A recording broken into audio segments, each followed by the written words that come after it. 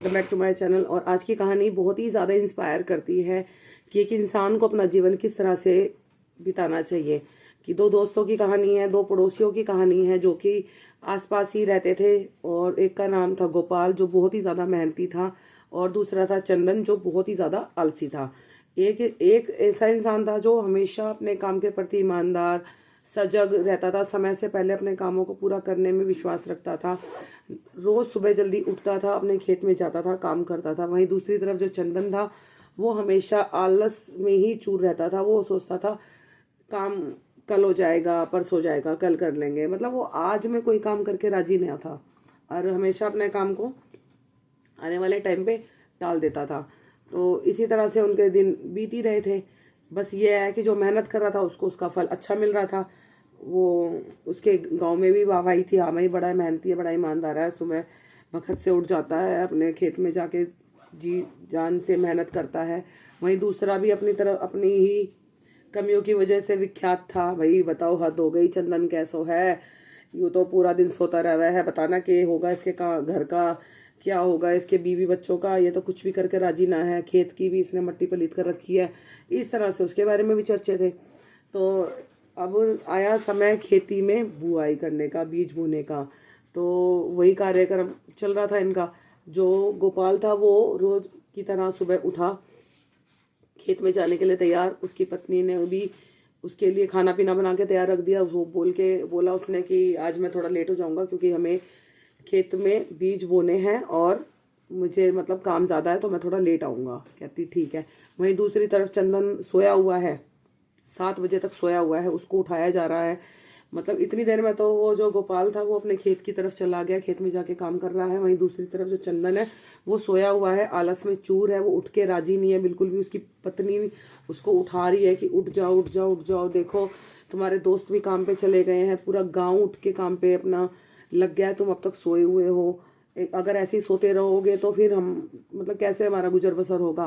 तो वो उसको ज़बरदस्ती से उठाती है, पानी वानी घेर के उसके मुंह पे उठता है जैसे तैसे। कहता है ओहो क्या हो गया, बीज ही तो बोने हैं, वो दूंगा, 1 घंटे का काम है, ये है वो है, क्या है इसमें, तुमने तो मेरी जान खा ली। अब यह वो उठा जैसे तैसे। अब खाने का टाइम आया, कह रही मैं तुम्हारे लिए खाना लगा रही, तुम जल्दी उठो, जाओ खेत में, अपने खेत की भी थोड़ी खैर खबर ले लिया करो। अब वो उसने खाना देखा तो दाल चावल। वो कहता है इस घर में हमेशा मुझे दाल चावल ही मिलेंगे, कभी सब्जी भी बना लिया कर। वो कहती सब्जी क्या अपने हड्डों से बनाऊं, जब तुम कुछ कमाओगे धमाओगे, कुछ पैसे लाओगे तभी तो सब्जियां आएंगी। ये तो शुक्र मनाओ दाल भी खाने को मिल रही है। जो मेरे पास 2-4 रुपए पड़े थे, मैं उनसे दाल ला के भी दाल बनाई है। कल का भी हमारे पास कोई सामान नहीं है, कल क्या खाएंगे ये बताओ। ओहो कल की कल देखेंगे, ला तू अपने सूखे दाल चावल ही ला, वही खाऊं। अब या वो जैसे तैसे उसने खाया, अपना सामान खाना पीना लेके चल दिया। अब खेत में क्या देखता है कि आधे से ज्यादा काम निपटा लिया गोपाल ने।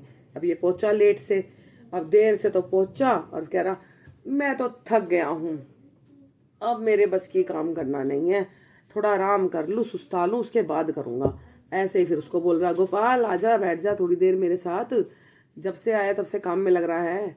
फिर वो उसको कहता है अरे चंदन तुम अभी आए हो, थोड़ा काम कर लो उसके बाद बैठ जाना। ना ना ना मेरे पे ना बैठा जाता, तू आजा थोड़ी देर गप्पे मारेंगे, उसके बाद लगूंगा काम से। अब अब उसके तो दोपहर ही हो गई बेचारे की, गोपाल की काम करते करते। वो बैठा थोड़ी देर, फिर अपना काम पे लग गया। और ये था, ये सोता रहा तो सोता रहा। अब इसने काम नहीं करा, चंदन ने काम नहीं करा, ये सोता ही रहा। अब उठा थोड़ी बाद, अब खाने के टाइम पे इसको भूख लग गई। काम एक धेले का नहीं करा लेकिन भूख इसको लग गई अपने समय पर। अब क्या था कि वो जो गोपाल है वो उसने पूरा काम निपटा लिया अपना खेत का, आधे दिन में ही पूरा काम निपटा लिया। अब वो खाना खाने बैठा और सोचा कि खाना खाने के बाद थोड़ा बाजार जाऊंगा, बच्चों के लिए कपड़े लत्ते लेके आऊंगा। अब वो खाना खाने बैठा ही था, इतने में एक गरीब भिखारी बूढ़े बाबा आए उसकी तरफ। वो मतलब बहुत दूर से, मतलब परेशान होते होते आ रहे थे। तो मतलब वो देख रहे थे कि भाई ये खाना खा रहा है। तो इसने पूछा कि बाबा आप कहाँ से आए हो, बड़े परेशान लग रहे हो। कहता बेटा मैं एक भिखारी हूँ और मैं दूसरे गांव में गया था भीख मांगने के लिए, और मुझे कोई भीख नहीं मिली और मुझे बहुत ज़्यादा भूख लग रही है, मैं क्या करूँ। अब बस घर ही जाऊँगा, घर ही जाके देखूँगा, वहीं कुछ अगर मिल जाए तो अपने अपने ही गाँव जाऊँगा। तो कहता है आप भूखे हो, आप मेरे साथ बैठो, आप ये खाना खा लो। कहता बेटा तुम्हारे पास तो खुद 2 रोटी है, तुम मुझे दे दोगे तो तुम क्या खाओगे? कह रहा बाबा मैं सुबह खाना खाकर आया था और मेरा घर ज़्यादा दूर नहीं है तो मैं खा लूँगा, आप मेरी चिंता ना करें, आप खा लें। कह रहा नहीं नहीं बेटा मैं नहीं खाऊंगा। कह रहा है फिर ऐसा भी अच्छा नहीं लगेगा कि मैं खाना खाऊं और आप सामने बैठे हो और मुझे पता है कि जबकि आप भूखे हो। तो उसने कहा, उसको जिद करी गोपाल ने, क्योंकि अच्छा था वो बाय नेचर। तो बूढ़े भिखारी को उसने अपना खाना खिलाया और इतने में ही वो आलसी चंदन निखट्टू उठ गया। अब उठ के उसने देखा काम तो कुछ करा नहीं उसने, तो फिर उसने सोचा कि चलो पहले खाना पीना खा लूँ उसके बाद काम कर लूँगा।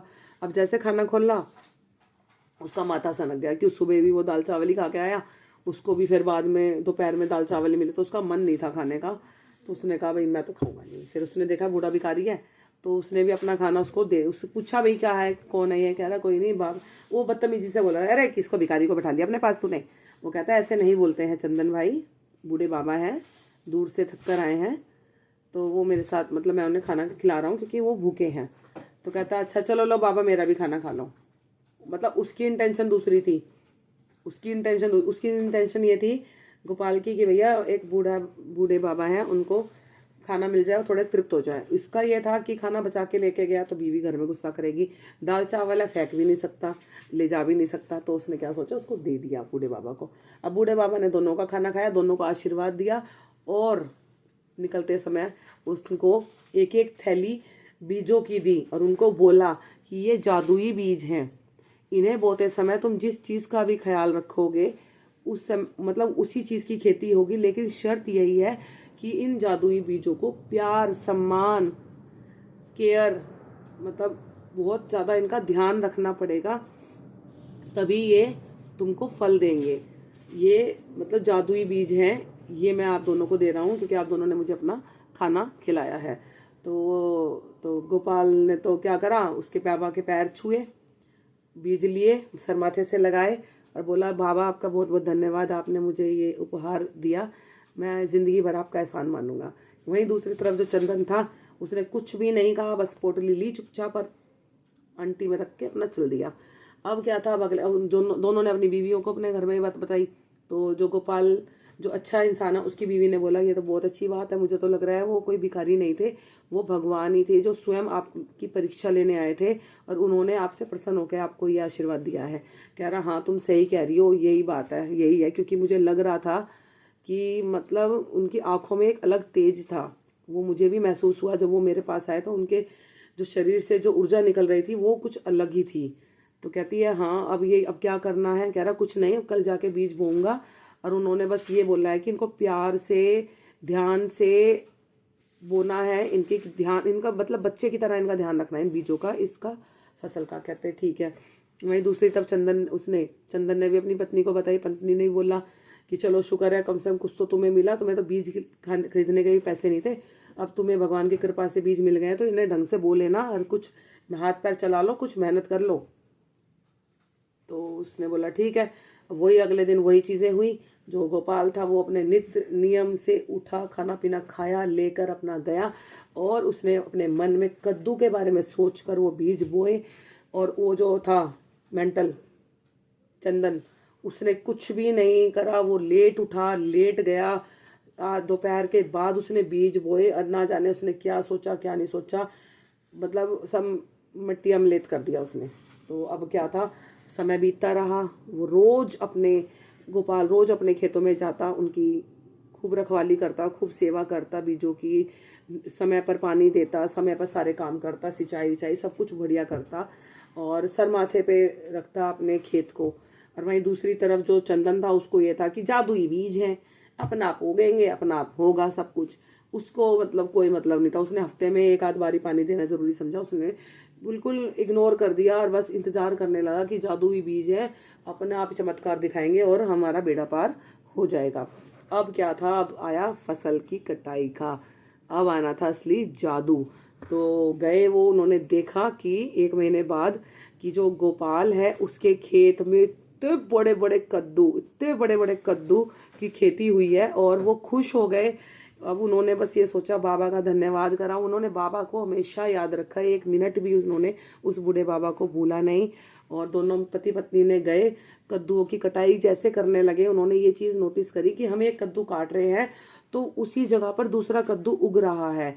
तब उनको ये ध्यान आया कि ये इसीलिए जादुई बीज हैं, क्योंकि हमने इनको पाला पोसा, इनकी सिंचाई करी, और आज ये मतलब पूरी फसल जब तैयार हो गई है तो असली जादू अब दिखा है कि उनको जैसे काट रहे हैं तो वो उनकी जगह दूसरे एकदम उग रहे हैं। तो कह रहे अब तो हमारे भाग बदल गए, अब तो हम अमीर हो जाएंगे, मतलब बहुत अच्छा हमारा जीवन हो जाएगा। फिर उसने बोला कि बस अब ये करेंगे कि हमारा जीवन में एक लक्ष्य रह जाएगा कि जो भी हम कमाएंगे उसका हम एक हिस्सा गरीबों को, मतलब उनकी सेवा में, उनके खान पान में ज़रूर लगाएंगे, क्योंकि हमें ये दिया तो एक बूढ़े बाबा ने, आशीर्वाद है। अब इसकी तरफ तो यहाँ तो बहुत बढ़िया हो गया कि उसने मेहनत भी तो खूब करी थी। दूसरी जगह वो चंदन है, वो गया भागा भागा, देखा तो क्या इतने इतने से पौधे उगे हुए हैं उसके खेत में, कुछ भी नहीं हुआ। और वहीं पर उसने माथा पीट लिया। उसकी बीवी ने भी उसको बोला, मैंने कहा था तुमसे इसकी खेत की सेवा कर लो, इसका ध्यान रख लो, इन बीजों को ढंग से बोलो ना, सुननी नहीं है। ये आलसी देखो आज तुम्हें ले डूबा। और वो देखो दूसरी तरफ उनका कितना मतलब बढ़िया काम हो गया। अरे वो देखो उसकी बीवी कमला एक कद्दू निकाल रही है तो दूसरा उग रहा है। ये था असली जादू। तुमने ना जाने क्या सोच लिया, क्या नहीं सोचा, भगवान जाने, तुमने तो हमें बर्बाद कर दिया। तो ये चीजें हो गई। अब भैया चंदन के आगे मन में लालच और वो गुस्सा कि भैया ये कैसे कामयाब हो गया, इसने क्या घपला कर दिया, फीस तो हम दोनों को एक ही आदमी ने दिए थे, एक जैसी पोटली दी थी, तो इसका ऐसे कैसे हो गया ये और वो। उसने क्या करा, आधी रात को जाकर उसके खेत में आग लगा दी और अपना खुद खूब खूब खुश हुआ और अपना सो गया। और सुबह जाके जैसे देखा तो कुछ भी नहीं हुआ था उसके खेत में, सब कुछ सही था और बढ़िया उसके में कद्दुओं की फसल लगी हुई थी। तो बस उसको ये रियलाइज़ हुआ कि उसको कितना ज़्यादा गलत था, मतलब दूसरे का बुरा करने चाह रहा था, लेकिन उसका बुरा नहीं हुआ बल्कि और बढ़िया उसका काम हो गया। और उसको बाद में ये समझ में आया कि आलस्य सच में बहुत बुरी चीज़ है। अगर थोड़ी सी मेहनत कर लेता समय रहते तो इतना उसको नुकसान नहीं होता। तो बस आज की ये कहानी बस इतनी है, हम लेट हो रहे हैं। Thank you so much, keep watching my thoughts and my videos and specially my stories. जय श्री राम।